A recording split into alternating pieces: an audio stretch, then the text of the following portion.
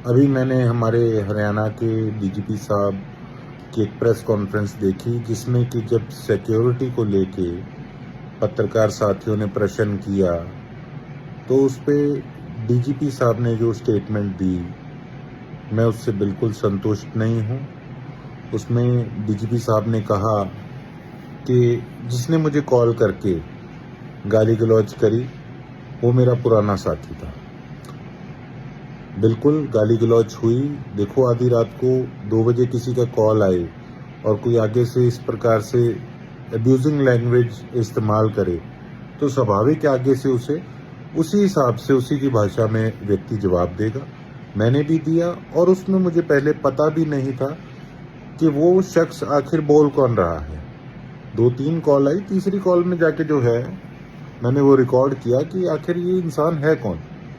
तो सर, बात ये है डीजीपी साहब कि आपने कहा कि ये कोई टेररिस्ट कॉल नहीं थी। ये तो मैंने भी नहीं कहा कि टेररिस्ट कॉल थी। बिल्कुल ये किसी भी टेररिस्ट की, किसी गैंगस्टर की कॉल ये नहीं थी। यही बात मैंने कही। आपने कहा कि ये मलोट का साथी था, ये सिरसा का साथी था। सर, अगर आज इसको हम गैंगस्टर का एंगल दे दें कि मैं बात को उधर ले जाने की कोशिश कर रहा हूँ, मैं तो लेके ही नहीं गया। हम इसका एंगल क्यों बदलें? अगर आज 1.5 लाख लोगों के प्रतिनिधि को इस प्रकार से कोई उसके साथ मिसबिहेव करता है तो उस पे पुलिस का क्या स्टैंड है हमारी स्टेट के अंदर?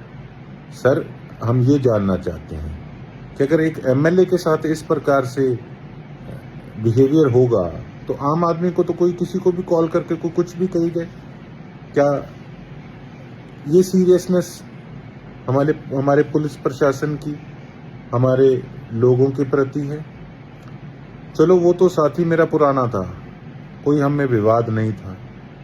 चलो, जो बात हुई, हम तो एक ही शहर के हैं, कल को ये चीज़ें रिजॉल्व भी हो सकती हैं। लेकिन ये पुलिस प्रशासन पे आज उनकी कार्यप्रणाली पे प्रश्न चिन्ह खड़ा हो गया कि कितनी लाइटली आज पुलिस प्रशासन इन चीज़ों को ले रहा है।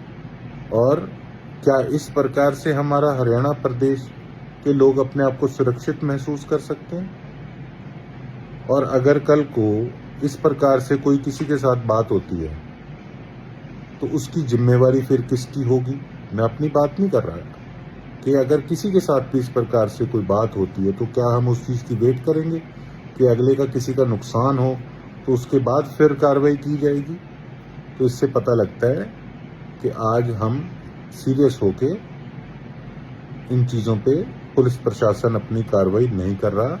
सर, हमारी आपसे यही उम्मीद है कि सही ढंग से बिल्कुल फेयर जो काम है वो होना चाहिए, जिससे कि हमारे प्रदेश के लोग जो हैं वो अपने आप को हरियाणा के अंदर सुरक्षित महसूस करें। धन्यवाद। जय हिंद।